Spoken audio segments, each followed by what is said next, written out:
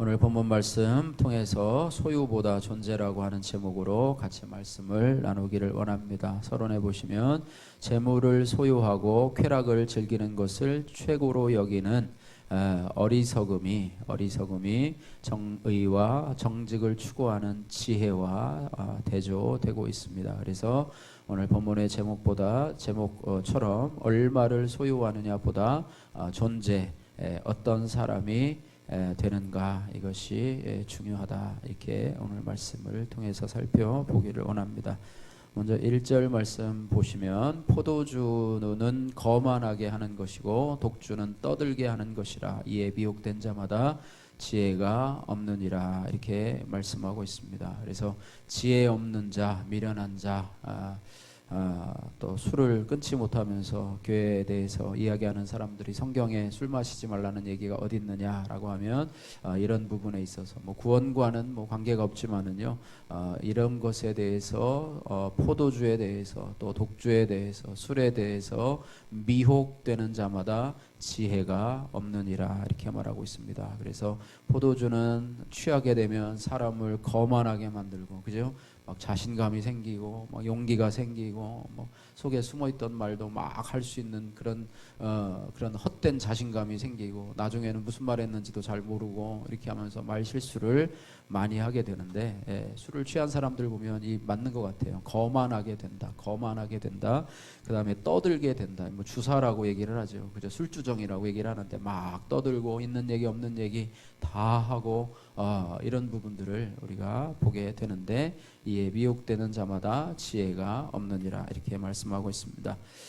1절의 설명을 보시면 지나친 음주는 그렇다고 음주를 이렇게 권장하는 것은 아닙니다. 지나친 음주, 과음이라고 그러죠. 과음은 지혜의 감각을 마비시키고 알코올로 인해서 그런 이성을 마비시키고 판단력을 흐리게 만들죠.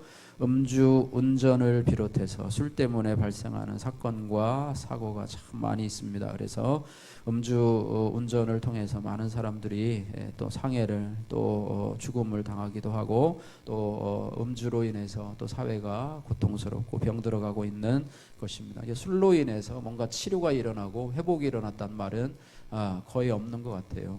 그래서 술을 권하는 사회, 또 술에 관대한 사회 속에서 우리가 살아가고 있지만은 술에게 우리가 지배받지 않도록 조심하고 경계해야 됩니다. 세상 사람들은 즐거워도 한 잔, 슬퍼도 한 잔, 그냥 모든 것이 술이에요. 그래서 주님이 그 주님이더라고요. 우리가 모시는 주님은 십자가에 달린 예수님이신데, 세상 사람들을 술 좋아하시는 분들은 술주자 주님을 섬긴다, 나도 같은 주님을 섬긴다, 이렇게 우리 동호회 회원들 중에서도 그렇게 농담으로 그렇게 얘기를 하시는 분들이 있어요. 그래서 밤에 늘 술 마시고 이런 분들이 참 많은데요, 그것이 바로 의지하고 또 술을 의지하고 또 술로 인해서 나름대로 마음의 스트레스를 해소하고 또 거기에 희노애락을 그 술에 의지해서 하는 것, 정말 주님을 섬기는 것처럼 술을 섬기는 그런 모습이 그들의 고백처럼 동일한 것 같습니다. 그래서 술주자 주님이 아니라 나를 위해 십자가에 피 흘려 주시고 또 부활 승천하신 예수 그리스도를 주님으로 섬기는 모습이 있어야 될 것 같습니다. 에베소서 5장 18절 말씀에는 술 취한 것은 방탕함이라, 이렇게 정확하게 규정을 하고 있습니다. 그래서 그리스도인 중에서도 아직도 술을 끊지 못한 사람들을 주변에서 많이 보게 되는데요, 이런 부분들을 우리가 조심해야 되고요, 이런 부분들을 성경에서는 별로 권하지 않습니다. 자, 2절 말씀, 8절 말씀 보도록 하겠습니다. 2절 말씀 같이 읽겠습니다. 왕의 진노는 사자의 부르짖음 같으니 그를 노하게 하는 것이 자기의 생명을 해하게 하는 것이라. 왕의 진노, 왕이 노하는 것은 마치 사자가 포효하는 것과 같다. 그래서 왕을 분노하게 하는 것은, 분노하게 하는 사람은 자기의 생명을 해하는 것이라. 그만큼 권력이 있다는 말씀이죠. 또 8절 말씀 보겠습니다. 심판 자리에 앉은 왕은 그의 눈으로 모든 악을 흩어지게 하느니라. 왕의 권세는 심판의 권세가 있습니다. 그래서 그의 눈으로 모든 악을 흩어지게 하니라. 그만큼 권세가 있는 왕의 모습에 대해서 말씀을 하고 있습니다. 자, 보면 이 왕이 어떤 지도자여야 되는가 하는 부분에 대해서도 말씀을 하고 있습니다. 불의에 대해서 분노하는 지도자, 불의에 대해서 분노하는 그런 지도자가 있어야 되고, 공의롭고 공정한 판결로 악을 몰아내는 사람이 지도자여야 합니다. 이렇게 말하고 있습니다. 그래서 심판 자리에 앉은 왕은 그의 눈으로 모든 악을 흩어지게 한다. 그러니까 악을 처리하고 불의에 대해서 참지 못하는 공정하고 공평한 그런 가치관을 가진 왕이라고 하는 거예요. 자기 편에 대해서는 모른 체하고 남들에 대해서는 엄격하게 처벌하는 그런 모습이 아니고요. 그래서 차기 대통령은 정말로 이런 대통령이 선출될 수 있도록 위해서 우리가 기도해야 될 줄로 믿습니다. 공평과 정의가 무너지면요, 특별히 뭐 법에도 그렇고 판사도 검사도 그렇지만 한 나라의 지도자의 이런 부분이 무너지게 되면은 그 공동체, 그 나라가 무너지기 때문에요. 공평과 정의가 무너지면 모든 것이 다 무너집니다. 그죠? 이런 부분을 우리가 늘 기도해서 우리나라의 공평과 정의가 살아있을 수 있도록 위해서 기도해야 됩니다. 정의를 사랑하는 사람이 지도자로 세워지도록, 또 세워진 지도자가 악을 몰아내는 그런 지도력을 행사하도록 우리가 기도해야 하겠습니다. 자, 그 다음에 6절 말씀, 6절, 7절 말씀 같이 읽겠습니다. 6절, 7절 같이 읽겠습니다. 많은 사람이 각기 자기의 인자함을 자랑하나니 충성된 자를 누가 만날 수 있으랴. 온전하게 행하는 자가 의인이라. 그의 후손에게 복이 있으리라. 아멘. 예. 많은 사람이 각기 자기의 인자함을 자랑하나니, 인자함을 스스로 자랑하는데 충성된 자를 누가 만날 수 있겠느냐. 온전하게 행하는 자가 의인이라 라고 말합니다. 온전하게 행하는 자가 의인이라. 그의 후손에게도 복이 있게 될 것이다. 이렇게 만나고 있습니다. 그래서 충성스럽게 일을 하는 자, 온전하게 행하는 자, 충성스럽게 일하고 또 온전하게 행하는 자. 우리 믿음으로 얘기하면 하나님 앞에 충성된 자. 충성된 자는 뭡니까? 누가 보든지 보지 않든지 하는 것. 하나님 앞에서 일을 처리하는 것. 어제 얘기한 것처럼 종이 멀리 타국에 갔는데도 불구하고, 주인이 없는데도 불구하고 자신의 일을 충성스럽게 하는 자, 이런 자가 바로 의인이라고 하는 것을 말씀하면서 하나님께서는 그런 후손에게도 역시 복을 주시겠다, 이렇게 말씀하고 있습니다. 왜 자기가 잘하는데 왜 후손에까지 복을 주느냐? 이것이 하나님께서 주시는 은혜라고 하는 것입니다. 내가 잘하면 나에게만 복을 주면 되는데 우리의 자손에게까지도 복을 주시는 하나님이시라고 하는 거예요. 그래서 내가 믿음 생활 잘하는 것은 나만으로 그치는 것이 아니라 나의 후손에게 복을 물려주는 그런 귀한 방법이라고 하는 것을 우리가 말씀으로 여러분이 오늘 이 말씀에서 여러분이 확인하시고, 내가 의를 행하고 내가 하나님 앞에 충성되고 내가 하나님 앞에 온전하게 행한다고 하면 하나님께서 우리의 후손에게도 복을 주실 것이다. 그죠? 천대 만대까지도 복을 주시고요. 그렇지 않은 자들에게 3, 4대까지 벌을 주시겠다라고 하는 하나님의 약속이 있습니다. 물론 3, 4대까지 뭐 벌을 주면은 뭐 그 후손이 다 없어진다고 그래. 그래서 3, 4대까지, 수천 대까지가 아니고요. 3, 4대면 그 후손이 다 끊어지기 때문에 그렇습니다. 그러나 의인의 후손은 천대 만대까지 하나님께서 복을 주시는 그런 것을 기억하시면서 하나님, 내가 충성된 자가 될 수 있도록 하나님 앞에 믿음으로 결단하면서 나가는 그런 말씀으로 여러분들이 오늘 6절, 7절 말씀을 여러분 자녀 교육에 대한 부분으로서, 자녀를 교육하는 부분이 아니라 나의 신앙을 더 추스리고 내가 더 믿음 가운데서 하나님 앞에 인정받고자 하는 그런 모습이 결국에는 자녀에게 물려줄 수 있는 귀한 유산이다. 그죠? 영적으로뿐 아니라 물질적으로까지 하나님께서 우리의 자녀들에게 복을 주시는 그런 모습이다. 이것을 여러분이 말씀을 통해서 분명하게 확인하시고 또 여러분이 그 길을 따라 걸어가시기를 주님의 이름으로 축복합니다. 자, 그 다음에 9절하고 11절 말씀입니다. 9절 말씀 읽습니다. 내가 내 마음을 정하게 하였다. 내 죄를 깨끗하게 하였다. 할 자가 누구냐? 스스로 내가 정결하다 할 사람이 의인은 없나니 하나도 없다라고 하는 뜻입니다. 자, 11절 말씀 보겠습니다. 비록 아이라도 자기의 동작으로 자기 품행이 청결한 여부와 정직을 나타내느니라. 그런 부분이고요.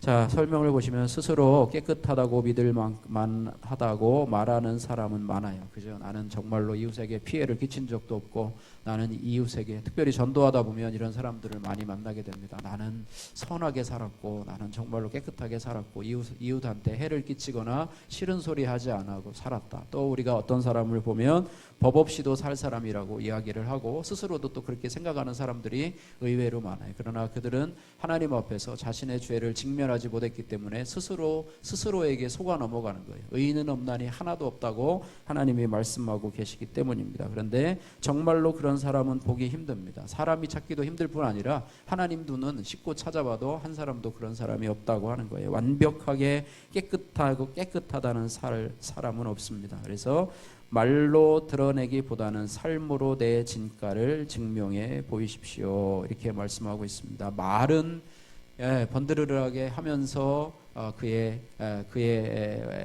그를 판단하는 것은 어리석은 일이라는 거죠. 그죠? 말로만 사람을 판단하지 말고 그의 드러나는 행동이나 열매를 보고 판단하라는 것이죠. 뭐 이단이라든지 또 여러분들이 주위에서 사람들을 판단할 때 말을 너무너무 잘하고 이런 사람은 정말 좋은 사람이야 라고 하지 말고 그의 행위의 열매를 좀 꼭 바라보라는 것이죠. 이것이 바로 지혜로운 사람이 사람을 평가하고 판단하는, 하나님도 그렇잖아요. 그의 열매로 그들을 알리라. 주여 주여 한다고 하나님이 속아 넘어가시는 분이 아니고요. 하나님께서 주여 주여 하는 자만 보는 것이 아니라 아버지의 뜻대로 행하는 자라야 천국에 들어가리라. 이렇게 말. 하나님은 속는 분이 아니에요. 그래서 우리의 행위로 말미암아 열매를 얻기 때문에 나무가 좋다 하든지 또 열매가 나쁘다 하든지 이렇게 하면서 좋은 나무는 좋은 열매를 맺느니라, 이것이 되기 때문에요. 이것을 우리가 판단의 결과로 삼고요. 심지어는 어린아이라도 자기의 청결과 정직을 보일 수 있는, 조그만 아이라도요, 몇 번만 얘기해 보면 저 애가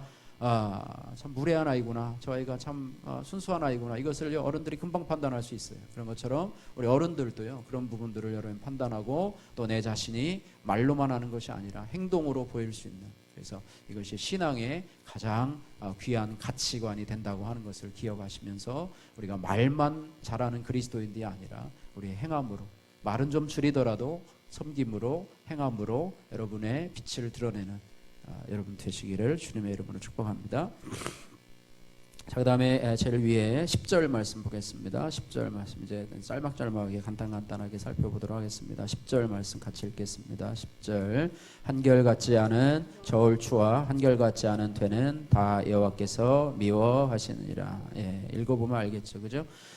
설명을 보시면 비양심적인 상거래를 미워하신다. 그죠? 부도덕한 상행위는 정직과 부정직의 문제를 넘어서 사람을 이익의 수단으로 보는 것이고 사람을 지으신 하나님을 무시하는 일이 되기 때문입니다. 점점 사람의 안전과 생명이 돈보다 뒷전으로 밀려가는 시대입니다. 돈보다 생명이라는 구호는 하나님의 마음이 담긴 외침이라, 이렇게 말씀하고 있습니다. 자, 12절 말씀 같이 읽겠습니다. 듣는 귀와 보는 눈은 다 여호와께서 지으신 것이니라. 아멘. 듣는 귀와 보는 눈, 그래서 귀와 눈, 그래서 안목을 주셨는데, 그래서 들을 수 있는 귀를 주셨고 또 분별할 수 있는 안목을 허락해 주셨습니다. 그래서 하나님께서 우리에게 주신 눈과 귀로 세상이, 하나님께서 만드신 세상을 보고 또 들으면 배울 수 있는 것들이 많이 있습니다. 그래서 지혜로운 사람은 세상을 관찰하고 사색하며 하나님이 만물에 새겨놓으신 그런 지혜를 발견합니다. 그뿐만 아니라 하나님의 말씀을 통해서 세상을 관찰해서 얻을 것은 그렇게 많지 않아요. 왜냐하면 타락한 세상이기 때문에 그렇습니다. 자연을 보고도 하나님의 창조의 섭리를 알 수 있지만 온전히 다 알 수는 없어요. 그러나 하나님의 특별 계신 말씀을 눈으로 보고 또 귀로 하나님의 음성을 들으면서 우리가 지혜롭게 사는 그런 모습이라고 하는 것입니다. 그래서 우리가 귀로 좋은 것들을 듣고 또 눈으로도 좋은 것들을 볼 수 있는 그런 은혜가 있기를 소원하는데, 그것이 바로 하나님의 귀한 말씀이라고 하는 것입니다. 말씀을 듣고 말씀을 보고 그 안에서 여러분들이 지혜를 발견하시기를 주님의 이름으로 축복합니다. 마지막에 15절 말씀입니다. 15절 말씀 같이 읽습니다. 세상에 금도 있고 진주도 많거니와 지혜로운 입술이 더욱 귀한 보배니라. 아멘. 지혜로운 입술이 더 세상의 금과 진주보다도 더 귀한 보배다. 지혜로운 입술이 되게 하여 주옵소서. 그래서 재물이 우리 삶 속에 돈이 꼭 필요하지만은 그것을 최고의 가치로 하나님처럼 여겨서는 안 된다는 것입니다. 물질이 최고의 가치가 되면은요, 개인의 삶뿐만 아니라 사회도 어그러지기 때문입니다. 돈이 인생의 중심이면 하나님을 섬기지만 돈을 하나님처럼 섬기는 거예요. 아까 술을 마시는 사람들이 술을 주님으로 여기듯이 돈을 주님으로 여긴다고 하면 우리의 신앙은요, 어그러질 수밖에 없다라고 하는 것입니다. 그래서 돈은 우리의 삶의 수단일 뿐이지 돈이 우리의 주인이 되지 않도록, 돈이 돈에게 지배를 당하지 않도록 하나님 앞에 늘 기해야 할 것입니다. 재물은 하나님을 경외하는 지혜 아래에 위치해야지 온전한 역할을 합니다. 그래서 지혜와 재물 중에 무엇을 더 귀중하게 여기며 살아가고 있는지를 점검해야 될 줄로 믿습니다. 그래서 오늘 제목에 소유보다 존재라고 하는 사실을 기억하면서 물질을 내가 소유했다고 그 물질만큼 내 존재가 올라가는 것이 아니라 내가 하나님 앞에서 만들어지고 또 내 말과 또 마음과 나의 행실이 공평과 정직으로 또 살아가고 충성된 사람으로 살아갈 때 하나님께서 우리의 존재를 보시고 물질의 복도 허락하시고 우리 자녀들의 복도 허락해 주시고 여러 가지들을 하나님께서 더 많이 허락해 주실 줄로 믿습니다. 기도하겠습니다. 사랑의 하나님 감사합니다. 소유보다 존재라는 말씀을 기억하면서 우리가 충성된 자가 되게 하시고 온전히 말씀 속에 행하는 자가 되게 하여 주옵소서. 하나님 아버지, 물질을 또 하나님 또 술을 최고의 가치로 놓고 살아가는 이 세대를 아버지 살아가면서 우리가 주님을 최고의 가치에 놓으며 우리의 눈으로 또 우리의 귀로 하나님의 말씀 지혜를 듣고 또 그것을 보면서 아버지 우리의 말만 번지르르한 그런 그리스도인이 아니라 우리의 행실로 우리의 선함을 또 우리의 하나님 자녀됨을 증거할 수 있는 우리의 삶이 될 수 있도록 주여 은혜 베풀어 주옵소서. 예수님 거룩하신 이름으로 기도하옵나이다. 아멘.